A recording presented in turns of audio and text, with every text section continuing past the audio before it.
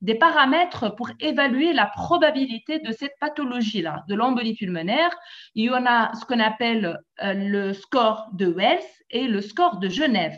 Et vous voyez qu'il y a des paramètres cliniques.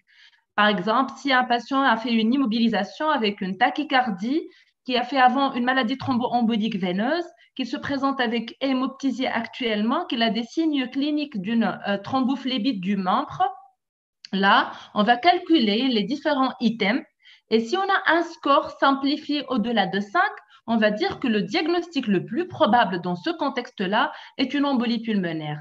Ça, c'est pour le score de Wells. Il y a après le score de Genève aussi.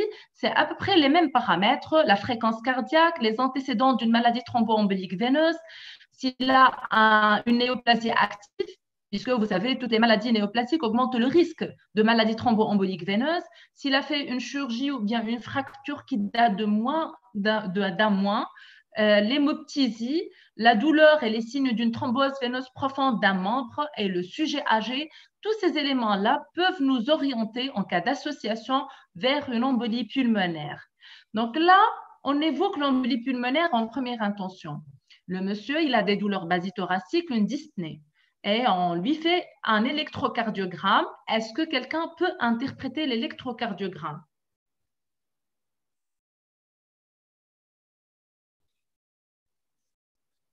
Allez, j'attends votre réponse.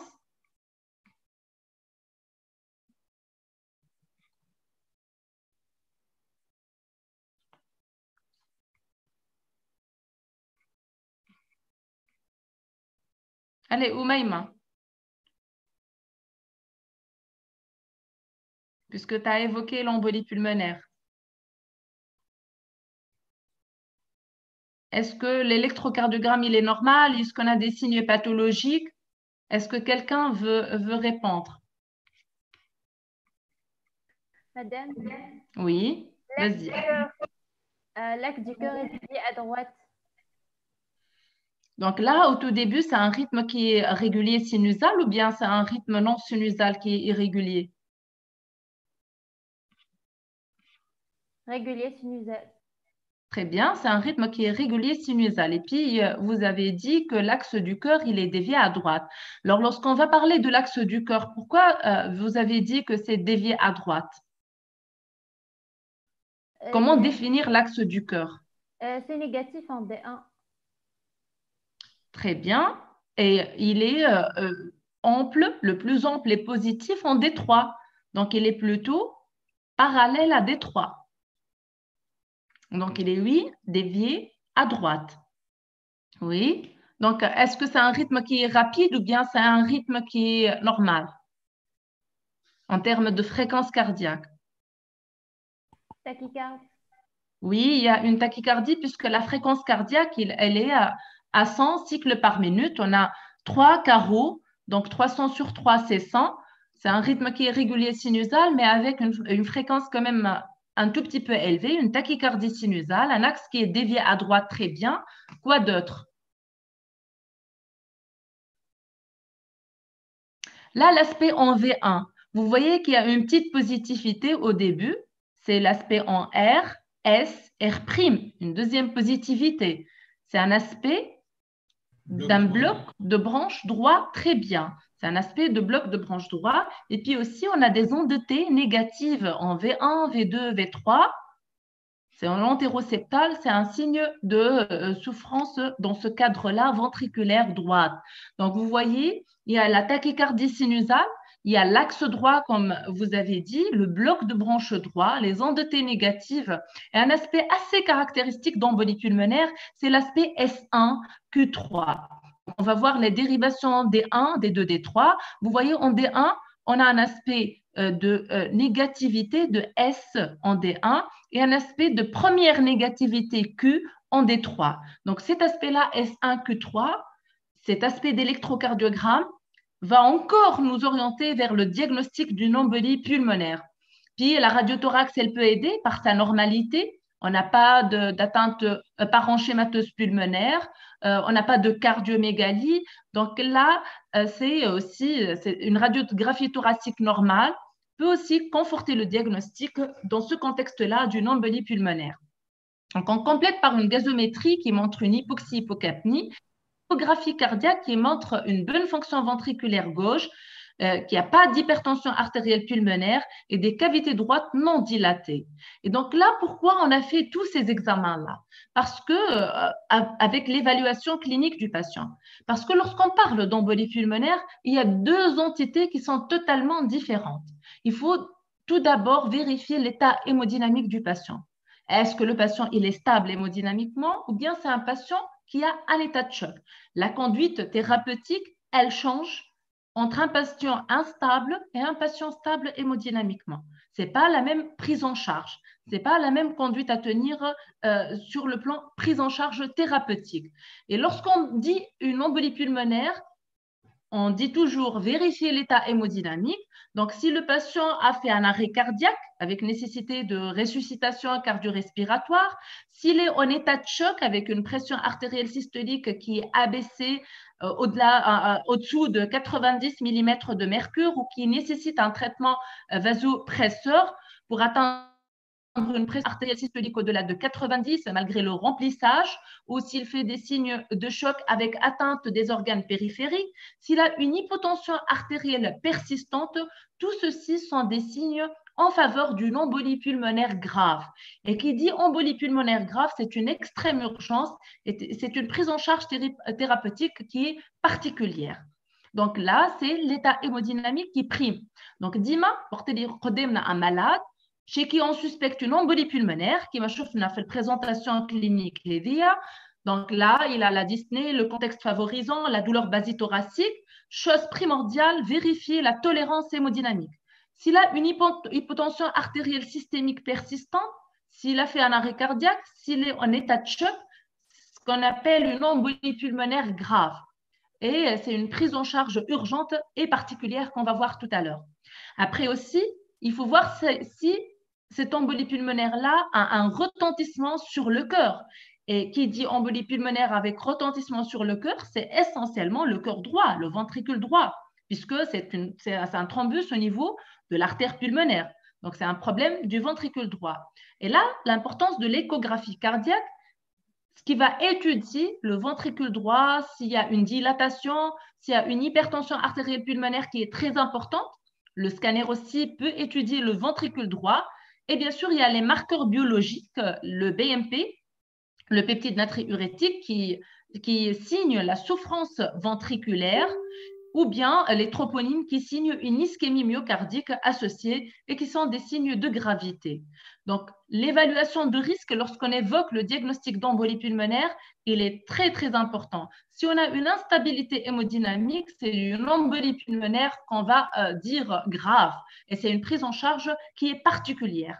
Et en dehors de l'instabilité hémodynamique, c'est l'étude des paramètres d'imagerie, la dysfonction ventriculaire droite, et la biologie avec les troponines et le peptide natriurétique.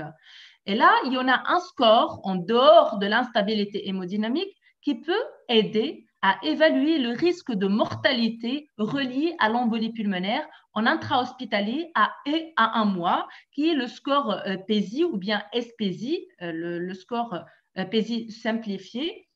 Après, qui m'en tel comme dit ma femme, à l'imagerie, l'échographie cardiaque et la biologie, les troponines et le BMP.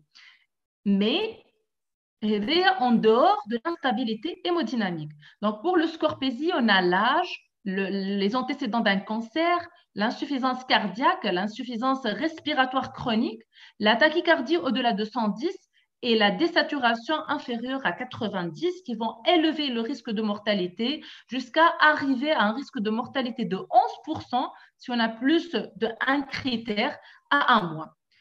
Donc là, on a vu ensemble qu'au tout début, il faut évoquer le diagnostic, il faut voir si c'est l'embolie pulmonaire qu'on a évoquée, elle est plutôt dans le cadre grave avec instabilité hémodynamique ou bien c'est une embolie pulmonaire non grave. Et après, on va voir la sévérité de cette embolie-là qui n'est pas grave sans retentissement hémodynamique. Et il faut bien sûr confirmer le diagnostic. Et si on a une probabilité clinique qui est élevée, on passe directement par un angioscanner thoracique multicoupe. Donc, chez notre patient, on a fait des dédimères qui se sont révélés positifs, mais dans le cadre de ce patient-là, on peut ne pas demander des dédimères, on fait directement l'angioscanner thoracique qui confirme le diagnostic avec la présence d'un thrombus au niveau de l'artère pulmonaire droite. Donc là, on a le diagnostic, on l'a confirmé. C'est une embolie pulmonaire qui n'est pas grave. Comment on va la prendre en charge? Alors, la première question que je vous pose, est-ce qu'on peut la traiter en ambulatoire ou non? Deuxièmement, quel traitement allez-vous donner à ce patient-là?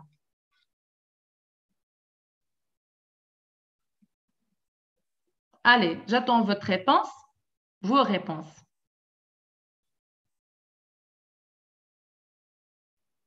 Donc, votre avis. En premier, est-ce qu'on peut traiter une embolie pulmonaire non grave, comme chez ce monsieur-là de 50 ans, en ambulatoire ou non? Voilà, avec une hospitalisation courte. Et quel traitement on doit donner à ce monsieur?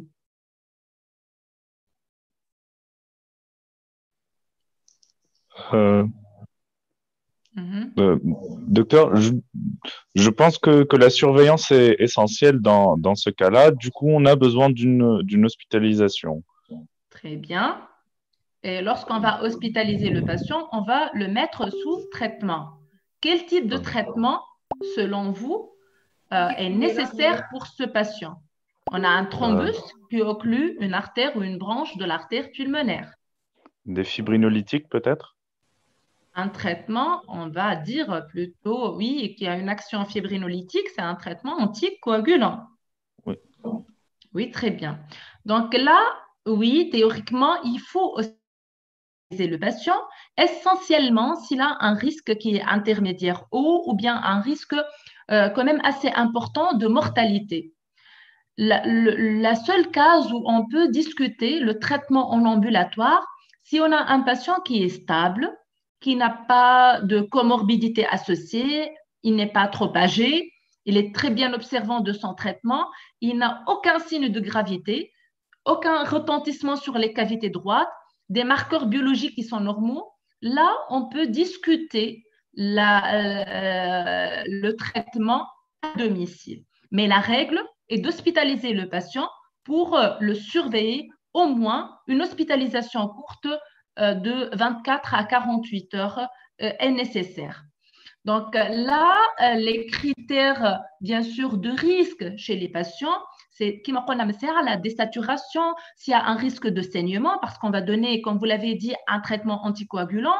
Si le patient a des comorbidités associées avec une insuffisance rénale, une insuffisance hépatique, les femmes enceintes aussi, si c'est un patient qui a des douleurs qui sont persistantes, qui nécessitent un traitement antalgique et une surveillance, ou bien si c'est un patient qui n'est pas bien entouré, puisqu'on va donner un traitement qui nécessite aussi une surveillance assez particulière. Donc, chez les patients qui sont jeunes, qui n'ont aucun critère de gravité, on peut raccourcir l'hospitalisation aux alentours de 24 à 48 heures, essentiellement avec les traitements actuellement disponibles. Donc là, lorsqu'on va hospitaliser le patient, on va le mettre sous traitement. Et comme on a dit, c'est un traitement qui, dont l'objectif est bien sûr d'agir sur le thrombus qui occlue partiellement ou totalement une ou plusieurs branches de l'artère pulmonaire. Et donc là, c'est le traitement anticoagulant.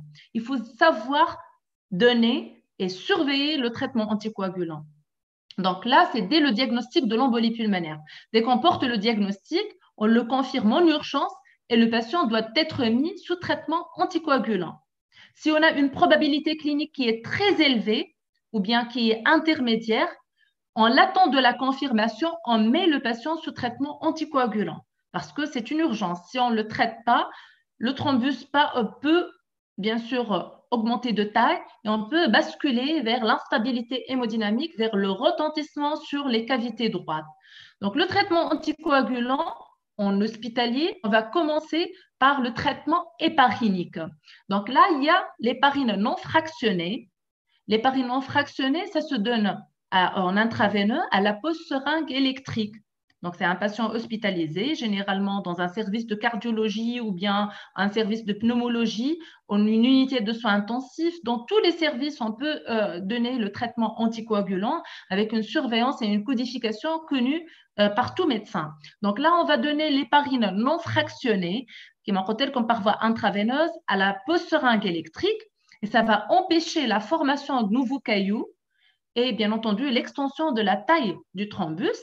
La posologie, c'est une posologie de 3 à 5 mg par kilo par jour. Donc là, on va bien sûr mettre en dilution l'héparine dans la pause-seringue électrique avec une vitesse connue. Et la posologie qu'on va calculer dépend du poids du patient. Donc, il pèse 60 kg. 3 fois 6, c'est 180 mg. On va mettre 180 mg par 24 heures à la pause-seringue électrique qui se donne par voie intraveineuse, bien entendu. On doit surveiller le traitement héparinique, héparine non fractionnée, par le temps de céphaline activée. Donc, après 4 à 6 heures du début de l'injection, on va, bien entendu, demander un bilan TCA. Et pour être dans la fourchette curative, le TCA doit être à 2 à 3 fois le témoin. Est-ce que c'est clair pour l'héparine non fractionnée? Oui. Oui. Donc, comme l'héparine, c'est une dilution dans la pause-seringue électrique, par voie intraveineuse.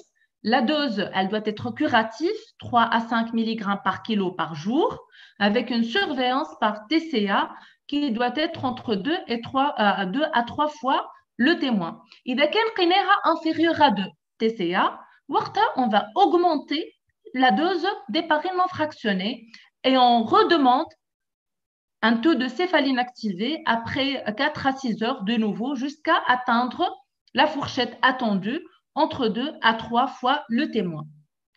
Donc, ce qu'il faut surveiller aussi lorsqu'on donne l'héparine non fractionnée, c'est la numération en formule sanguine. Parce que le traitement héparinique, essentiellement, si on va le prolonger, peut induire une thrombopénie ou aggraver une thrombopénie. C'est ce qu'on appelle la thrombopénie induite à l'héparine. On doit vérifier au début si on n'a pas une thrombopénie de base, qui peut contre-indiquer, si elle est sévère, le traitement héparinique. Et puis, on refait AJ5 si le patient est encore sous traitement HNF, une nouvelle numération en formule sanguine pour vérifier le taux de plaquettes. Et si la prise est prolongée de l'héparine, on fait une numération de l'ordre de 2 fois par semaine pour vérifier le taux de plaquettes. Donc, sinon, parce que l'héparine qui m'achauffe tout, on le donne à la pause-seringue électrique, il faut demander des TCA de façon rapprochée jusqu'à être dans la fourchette curative. Ce qui est plus facile à gérer, c'est le traitement héparine à bas poids moléculaire. Donc, au lieu de donner l'héparine non fractionnée, mettre le patient sous héparine à bas poids moléculaire. Ce sont des injections en sous-cutané. Ils ont une forte activité anti-XA. Et il y a la tenzaparine et l'enoxaparine qui ont l'autorisation en matière d'embolie pulmonaire. Et ce qu'on donne habituellement, c'est l'enoxaparine, par exemple le Lovenox ou bien l'enoxa. Il y en a plusieurs molécules. L'enoxaparine avec une dose curative de l'ordre de 1 mg par kilo en 2 fois par jour en sous-cutané. Et avec le patient qui il pèse 60 kg, on va donner l'enoxaparine à 60 mg, une injection le matin à 8 heures, une injection le soir à 20 heures. Donc, deux injections à 12 heures d'intervalle dans les 24 heures. Et l'injection se fait par voie sous-cutanée.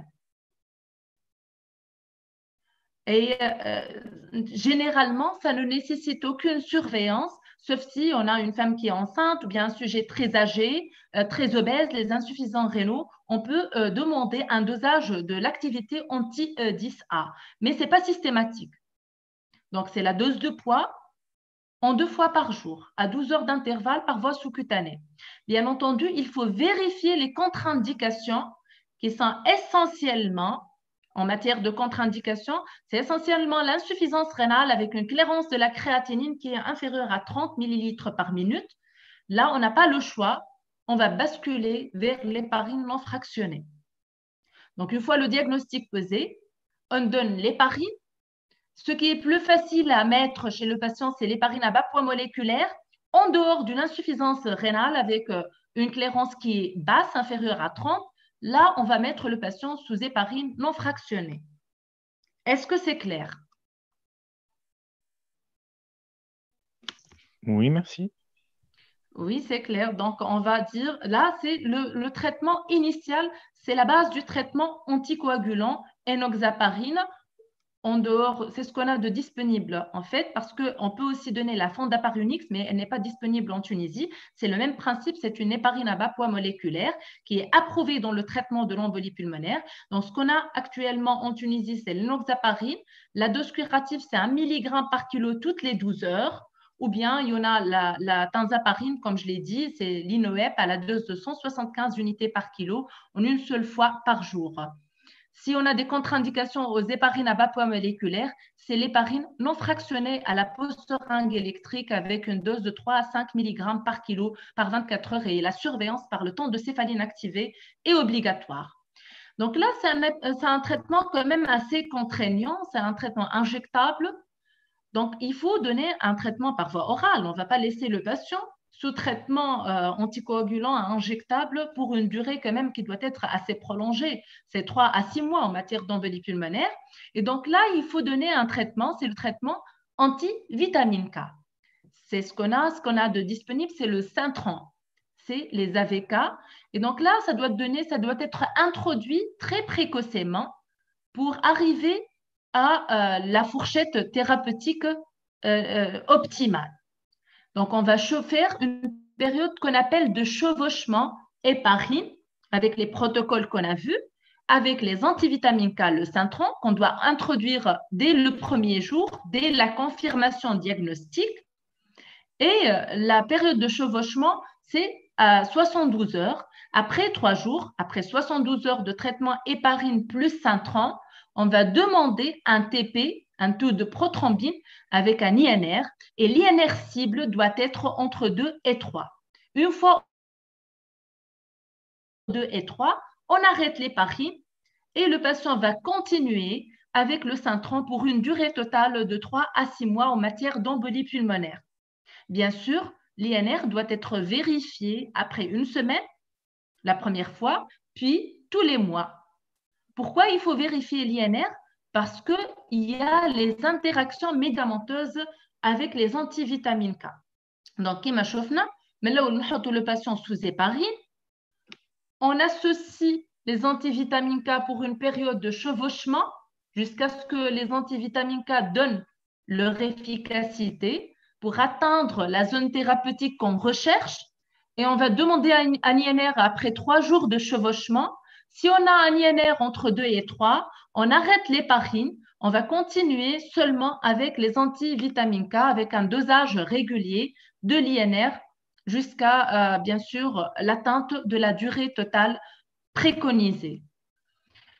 Donc, l'INR cible, je rappelle encore, en matière d'embolie pulmonaire, c'est entre 2 et 3.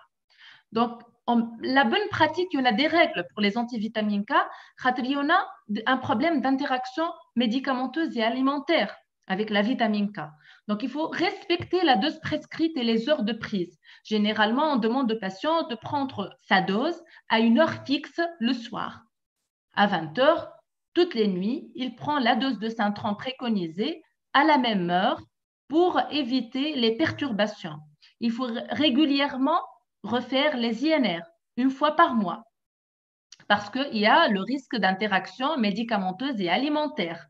Il faut bien sûr signaler à tout médecin que le patient prend le traitement antivitamine K et on leur donne généralement un carnet de suivi pour bien sûr le présenter en cas d'urgence à un médecin quelconque.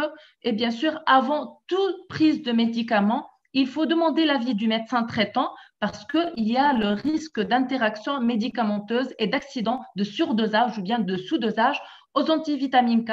Donc, il faut faire attention, il faut bien éduquer le patient quant au danger de l'automédication, le danger, par exemple, des injections intramusculaires, parce qu'un patient qui prend un traitement anticoagulant, qui est bien anticoagulé par le Syntron, s'il fait une injection intramusculaire, il y a un risque. C'est quoi le risque? C'est qu'il va faire un hématome musculaire. Donc, c'est pour cela qu'il faut toujours dire à la consultation qu'il prend le traitement anticoagulant de type Syntron, qu'il est bien anticoagulé et bien sûr qu'il doit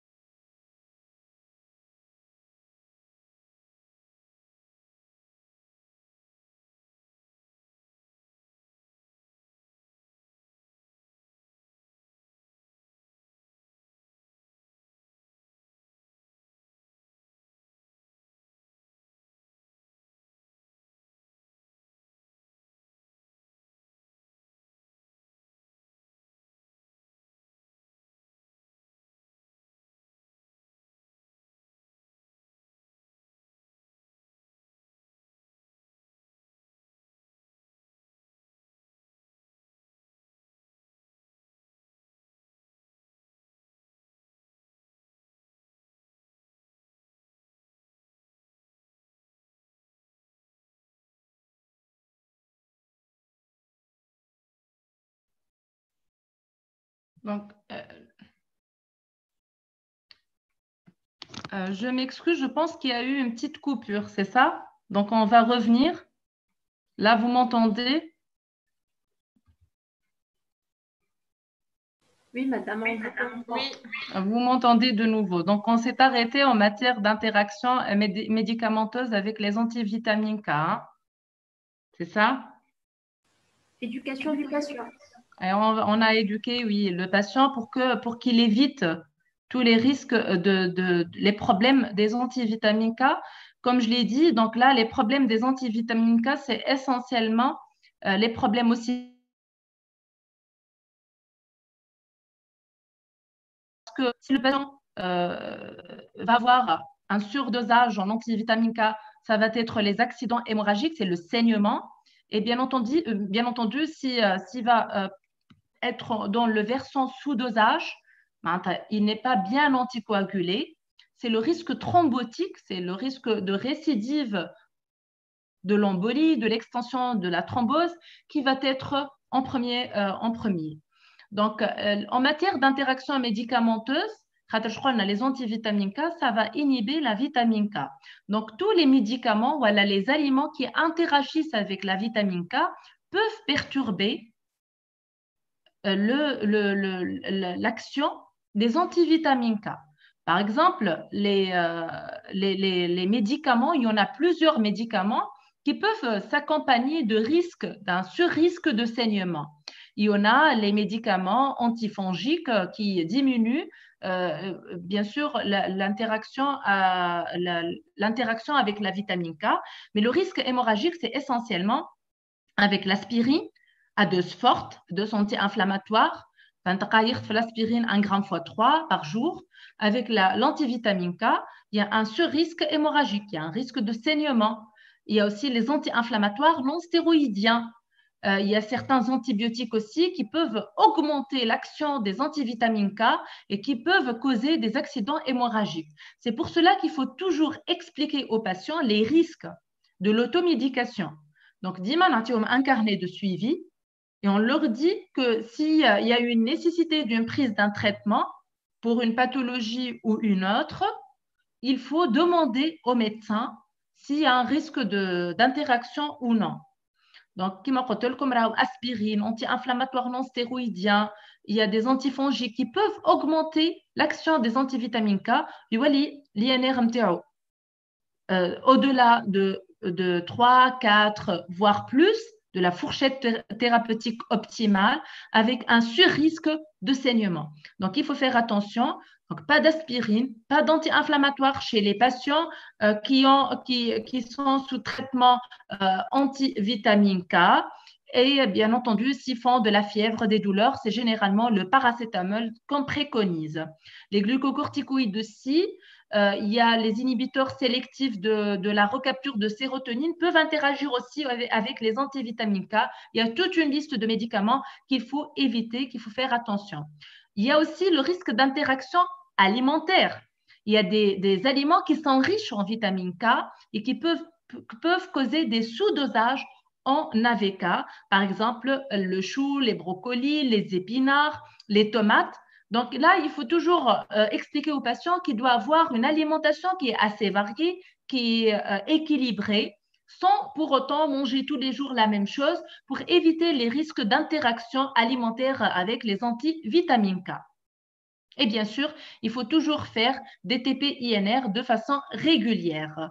Donc là, c'est la gestion initiale. C'est ce qu'on a comme schéma thérapeutique. On a dit chez un patient qui a une embolie pulmonaire non grave, héparine, HBPM ou bien héparine non fractionnée à dose curative, avec un relais précoce avec les antivitamines K. Après 3-4 jours, on demande un INR. Si on a un INR entre 2 et 3, on va arrêter l'héparine, continuer avec le Syntran. Et on fait des TP-INR de façon régulière. Après, bien sûr, jusqu'à la durée totale de traitement, on les arrête et bien sûr, sauf s'il y en a des complications. Et toujours éduquer le patient en matière d'antivitamine K. Ce qui est actuellement disponible en Tunisie et qui est nouveau, qui est ce qu'on appelle les anticoagulants oraux directs. Ils ont une action directe d'inhibition du facteur 10A ou bien 2A, de la cascade de la coagulation.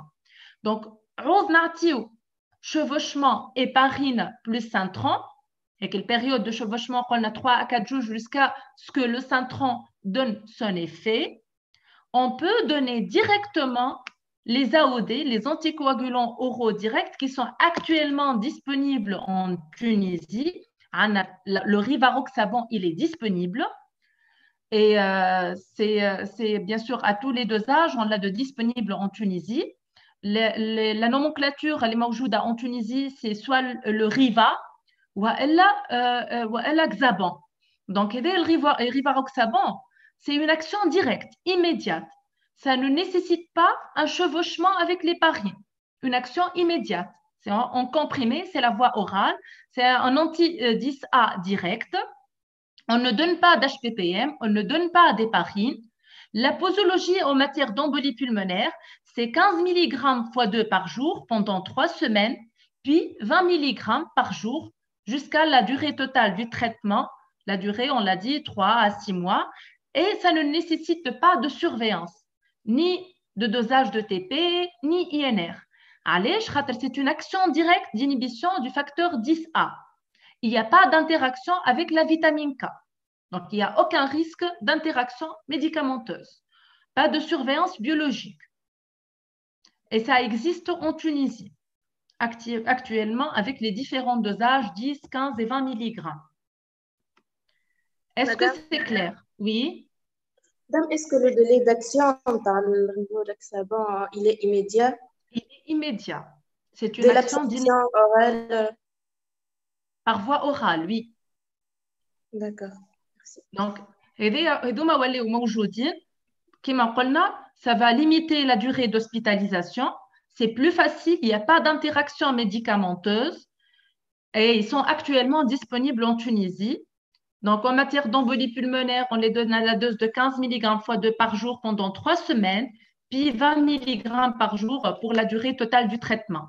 Il n'y a pas de risque d'interaction, ni surdosage, ni sous-dosage. مش كيما Sintran, مش كيما les antivitamines K, اللي هما فما مشاكل نتاع interaction puisque ça passe par la vitamine K qui est variable selon les traitements qu'on prend ou bien l'alimentation qu'on est en train d'avoir. Donc, bien sûr qu'on peut aussi, si on met le patient sous Sintran, on a des contrôles réguliers d'INR, et de perspective en Tunisie d'avoir des appareils d'autocontrôle d'INR.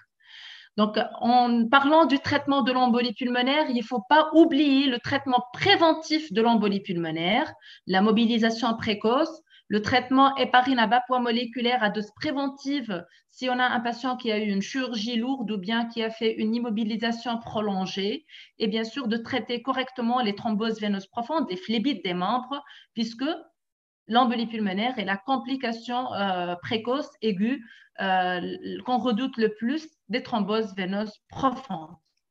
En matière de traitement aussi, il y a, vous allez voir qu'il y a une petite partie, parfois quelques indications au filtre cave. Le filtre cave, il y a des patients parfois qui ont des contre-indications au traitement anticoagulant. Maintenant, je ne ce traitement anticoagulant. Ils ont un saignement qui est patent, qui nécessite une chirurgie urgente. Et on ne peut pas les mettre sous traitement anticoagulant vu le risque de saignement.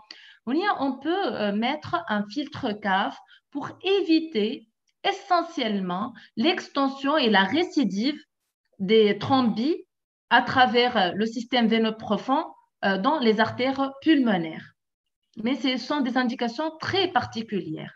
Donc, ce qu'il faut retenir, que on suspecte le diagnostic d'embolie pulmonaire, bien sûr, on doit le confirmer.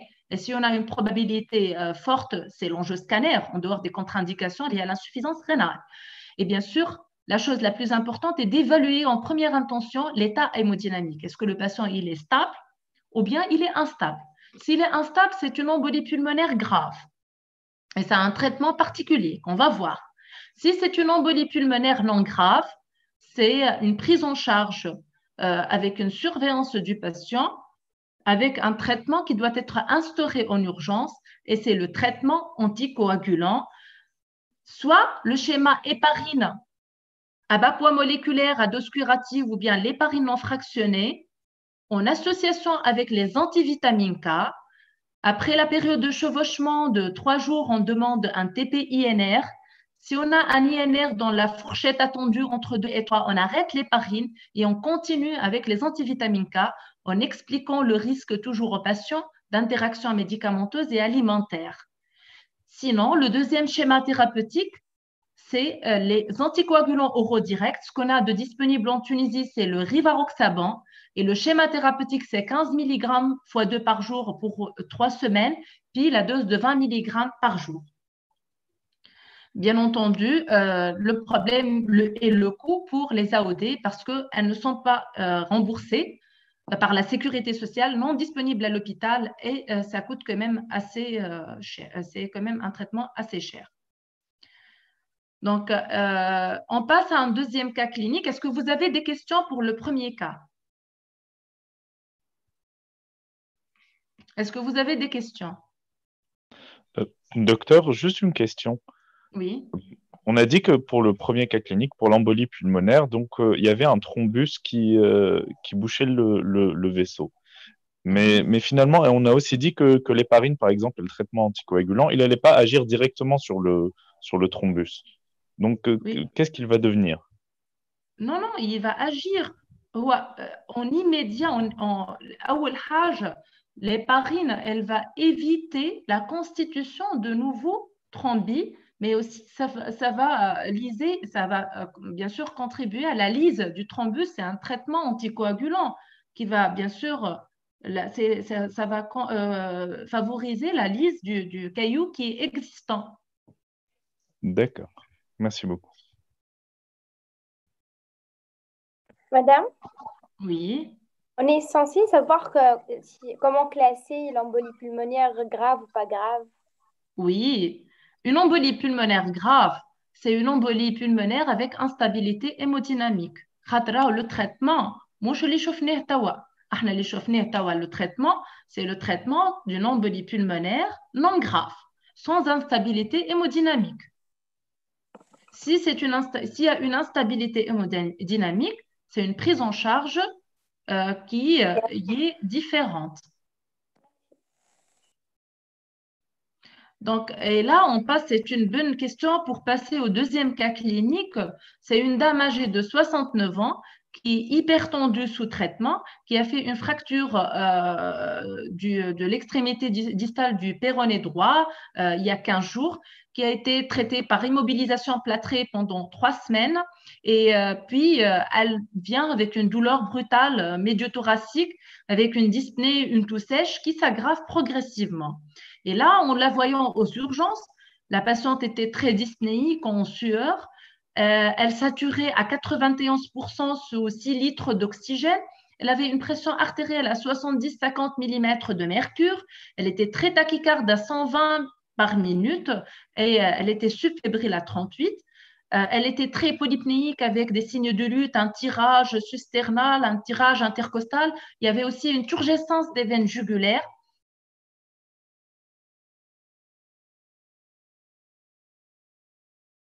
Assez marqué à la gamétrie sanguine. Quel est votre avis par rapport à cette présentation-là clinique? Qu'est-ce que vous suspectez comme diagnostic? Une embolie pulmonaire grave. Très bien. Un état de choc, oui, très bien. Donc là, on suspecte une embolie pulmonaire avec une instabilité hémodynamique, un état de choc. Et là, on parle d'une embolie pulmonaire grave dans ce contexte-là. Donc voilà, l'électrocardiogramme, il y avait aussi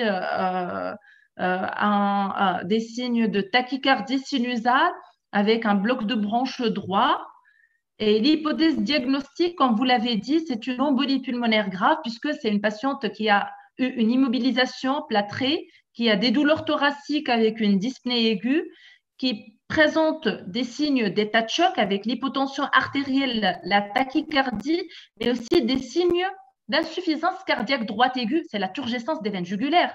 Et là, lorsqu'on a une embolie pulmonaire grave, l'embolie pulmonaire, c'est un thrombus de l'artère pulmonaire, donc c'est le ventricule droit qui va souffrir en premier. Et bien entendu, c'est pour cela qu'on a la turgescence des veines jugulaires et l'état de choc, puisque c'est une embolie pulmonaire grave qui retentit sur le cœur. Donc, qu'est-ce que vous allez faire devant cette patiente-là? Comment allez-vous la prendre en charge? Est-ce que vous avez une idée? Hospitalisation en unité de soins intensifs, remplissage. Donc, il faut hospitaliser la patiente obligatoirement dans une unité de soins intensifs cardiologiques ou bien en réanimation. Il faut bien sûr tous les paramètres de surveillance, le monitorage de la pression artérielle, de la fréquence cardiaque, la saturation en oxygène, un repos strict. C'est un problème, je crois, dans le VD, c'est le ventricule droit qui est en train de souffrir puisqu'il va éjecter contre des résistances qui sont très élevées pulmonaires. Donc, il faut donner un remplissage par des macromolécules ou bien du sérum salé. Il faut aussi essayer de remonter un tout petit peu la pression artérielle avec les amines vasopresseurs, parfois aussi les inotropes. Et bien sûr, il faut confirmer le diagnostic rapidement par un angioscanner thoracique en l'absence de contre-indication qui est l'insuffisance rénale avec une clairance très basse, inférieure à 30. Sinon, c'est l'échographie cardiaque qui va aider, qui va montrer les signes de souffrance du ventricule droit. Et parfois, on peut même visualiser le thrombus au niveau du tronc de l'artère pulmonaire. Et bien sûr, il faut faire un bilan rapide pour démarrer le traitement adapté. Une embolie pulmonaire grave, c'est l'atteinte du ventricule droit. C'est un risque de mortalité qui est très, très élevé. On a vu tout à l'heure la définition d'une embolie pulmonaire grave. C'est une embolie pulmonaire avec un état de choc, une hypotension persistante ou bien un arrêt cardiaque ressuscité. Donc là, il faut confirmer le diagnostic rapidement, l'échographie cardiaque qui va montrer les signes de souffrance du ventricule droit, qui va montrer, parfois même mettre en évidence le thrombus au niveau de l'artère pulmonaire. Et puis, c'est le scanner qui va confirmer obligatoirement le diagnostic pour démarrer le traitement. Donc, le traitement, je crois, le traitement symptomatique, c'est le remplissage, c'est les vasopresseurs, les amines vasopressives à type de noradrénaline, une fois les inodes positifs et la dobutamine. Et une fois le diagnostic confirmé par l'échographie et essentiellement par l'angioscanner, il y a un gros thrombus qui obstrue l'artère pulmonaire avec un retentissement hémodynamique. Donc, il faut une action très, très rapide, au-delà de l'action de l'héparine, en association avec les antivitamines K. Et donc là, le traitement, c'est le traitement thrombolytique. C'est un traitement qui va liser directement le thrombus occlusif au niveau de l'artère pulmonaire. Et la thrombolyse se fait par voie intraveineuse, on a plusieurs molécules. Il y a l'actilyse, le RTPA, qu'on donne à la dose de 100 mg en intraveineux sur 2 heures, ou bien la streptokinase à la dose de 1,5 million d'unités en intraveineux sur 2 heures. Donc, on y a l'avantage de ce traitement-là thrombolytique, c'est une action thrombolytique directe du thrombus qui est en train de donner une instabilité, de causer une instabilité hémodynamique. C'est plus rapide, plus efficace que le traitement héparinique. Est-ce que c'est clair?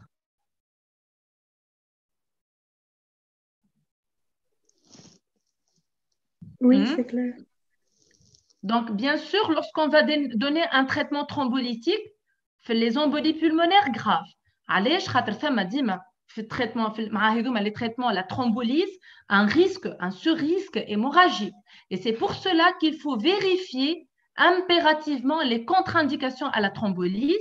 Si le patient a fait un accident vasculaire hémorragique, quel que soit le timing de l'AVC hémorragique, un AVC ischémique dans les 6 mois précédents, s'il a une malformation artério-veineuse ou bien une néoplasie du système nerveux central, parce que ça peut donner une hémorragie cérébrale, s'il a fait un traumatisme majeur ou bien une chirurgie dans les 3 semaines précédentes, s'il a un saignement actif gastro-intestinal, une maladie de la crasse sanguine, s'il a fait une dissection de l'aorte ou s'il a fait une ponction, par exemple une ponction hépatique ou bien une ponction lombaire avec un risque de saignement qui est élevé. Donc, on y a des contre-indications absolues à la thrombolyse et on va malheureusement juste se suffire au traitement héparinique et aux antivitamines K.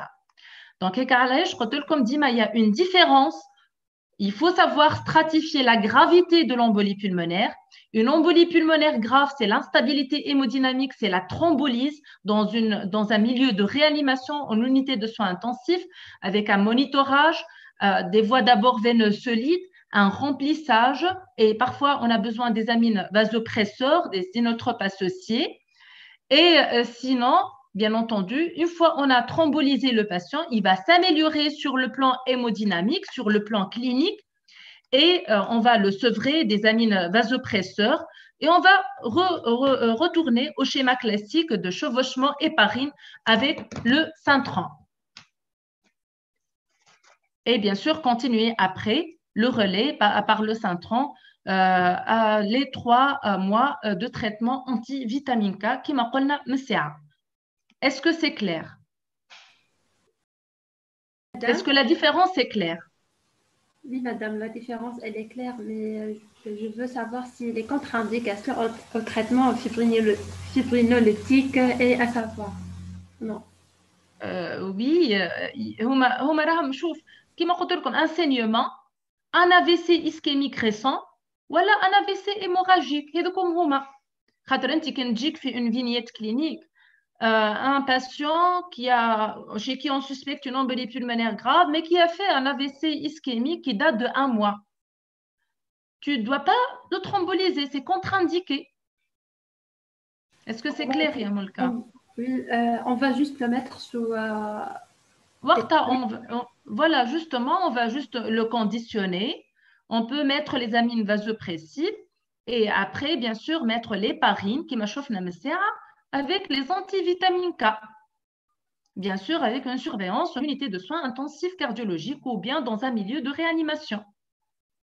D'accord, merci madame. Voilà. Donc, puisqu'on parle des antivitamines K, c'est le traitement qu'on va mettre pour une durée quand même assez prolongée chez les patients qui ont fait des maladies thromboemboliques veineuses. Il faut penser au surdosage aux antivitamines K. Et on passe ainsi à une autre vignette clinique. C'est une femme âgée de 75 ans qui est hypertendue diabétique, qui vient pour des douleurs abdominales aiguës, qui a une fibrillation auriculaire, c'est un trouble de rythme quand même assez fréquent, l'arythmie complète par fibrillation auriculaire depuis 1 an, avec une cardiomyopathie hypertensive. Elle a un retentissement de l'hypertension sur le cœur, qui fait des suivis réguliers de l'INR. On a dit les AVK, on les suit par l'INR. Donc l'INR il date de 3 mois et c'est un INR à 2,2. Donc là, l'interrogatoire, elle vous dit qu'elle avait un problème de genou qui lui a fait trop mal et là, elle a pris des anti-inflammatoires non stéroïdiens. Les interactions médicamenteuses avec les AVK. Les anti-inflammatoires non stéroïdiens interagissent avec les AVK et peuvent causer des surdosages. Donc là, la dame, elle n'a pas demandé à son médecin traitant, elle a pris des anti-inflammatoires non stéroïdiens pour une durée de 10 jours. Elle vient actuellement pour des douleurs abdominales, elle était très pâle avec un rythme irrégulier puisqu'elle est en arythmie complète par fibrillation auriculaire. Elle avait une sensibilité de la fosse iliaque droite et vous la voyez aux urgences. Qu'est-ce que vous allez faire? Qu'est-ce que vous allez demander comme examen de première intention?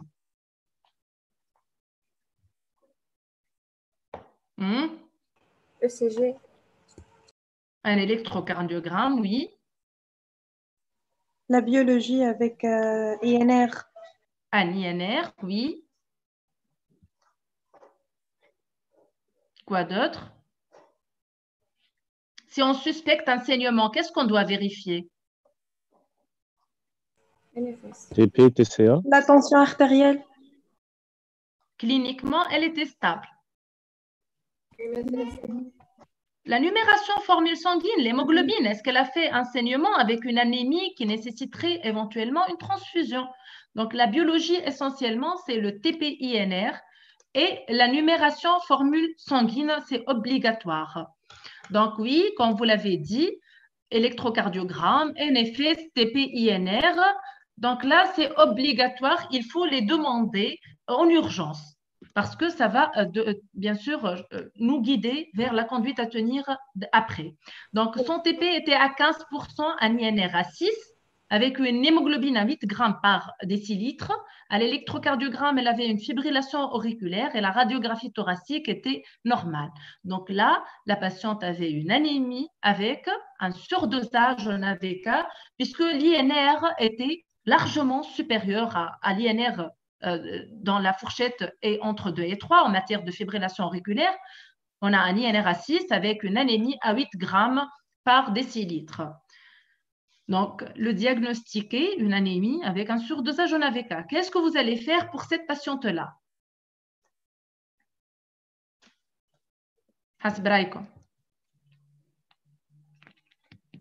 Hospitalisation. Oui, une hospitalisation après. Arrêt des AVK. Arrêt des antivitamines K, oui. On va administrer du vitamine K.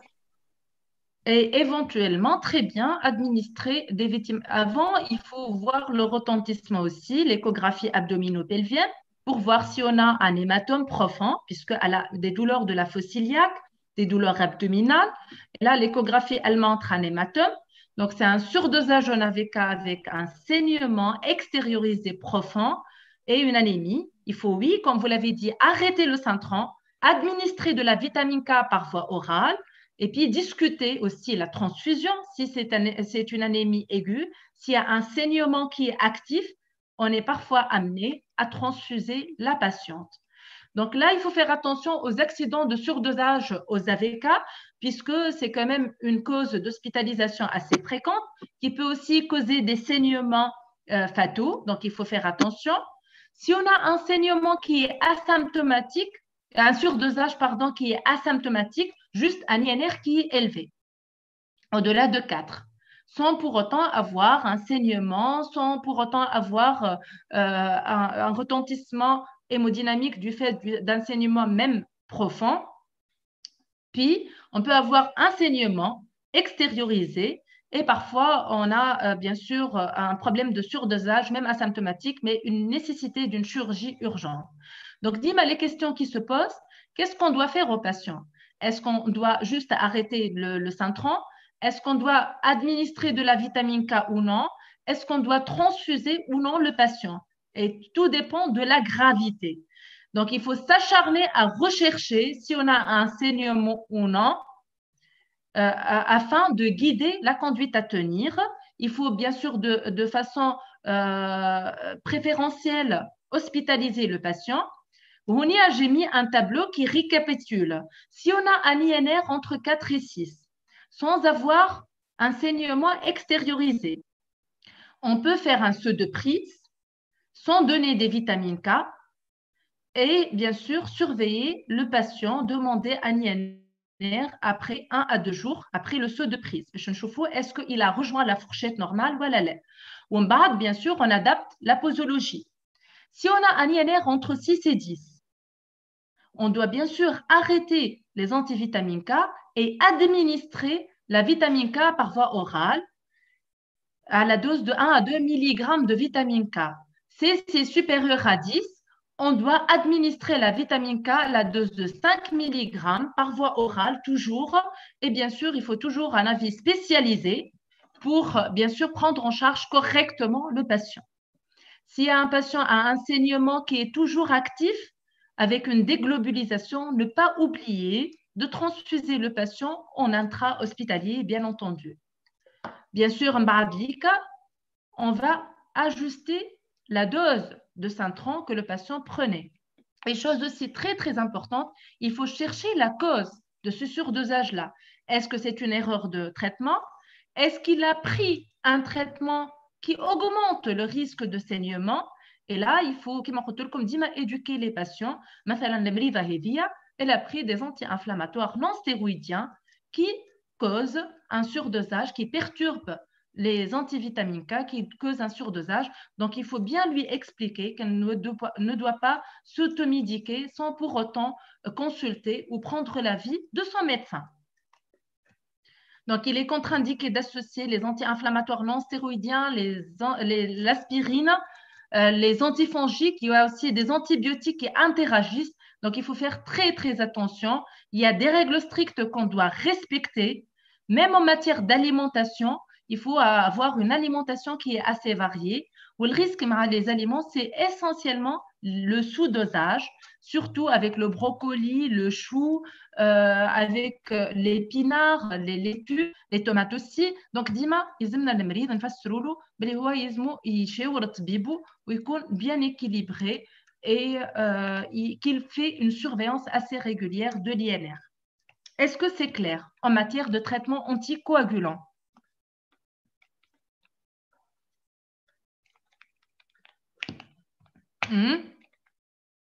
Allô? Oui, docteur. Oui, c'est clair. Très bien. Là, c'est clair. Donc, voilà. On va passer au traitement anti-arythmique. Est-ce que vous avez des questions?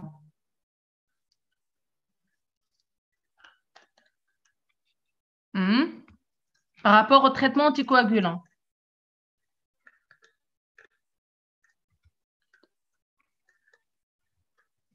Donc, le traitement anticoagulant, comment le prescrire, le chevauchement héparine-Saintran, la surveillance du Saintran par le TP-INR, la thrombolyse en cas d'embolie pulmonaire grave. Est-ce que vous savez, tout ceci est bien clair? Oui, normalement. Très bien. Donc là, on va passer à un autre volet du traitement traitement en cardiologie, en matière de soins en cardio. Et on va parler de la gestion du traitement anti-arythmique. Non, pour samedi, voilà. Donc, pour le cours de samedi, c'est Dr Abid qui va assurer le traitement de l'insuffisance cardiaque d'hypertension artérielle. Ça va être samedi de 10h à 12h. Aujourd'hui, c'est le traitement anticoagulant et le traitement anti-arythmique. Donc là, on va passer au traitement anti-arythmique et on va parler essentiellement de la gestion du traitement anti-arythmique à travers toujours des vignettes cliniques. Donc, on va commencer par le cas d'une femme jeune de 35 ans qui consulte pour des palpitations. Elle n'a pas d'antécédents, elle n'a pas de facteur de risque. Elle vous dit qu'elle a des palpitations lors de l'énervement, elle n'a pas de dyspnée, pas de douleur thoracique, elle n'a pas de syncope. Qu'est-ce que vous allez faire? Un électrocardiogramme. Très bien. Donc, on va tout d'abord faire un examen physique complet, une auscultation cardio-pulmonaire. On va faire l'électrocardiogramme, un bilan biologique de base et une radiographie thoracique.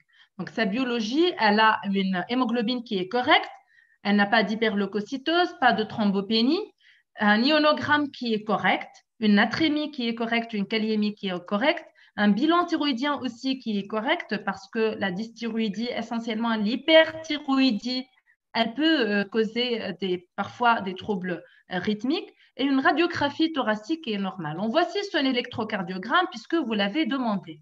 Est-ce que quelqu'un peut interpréter cet électrocardiogramme?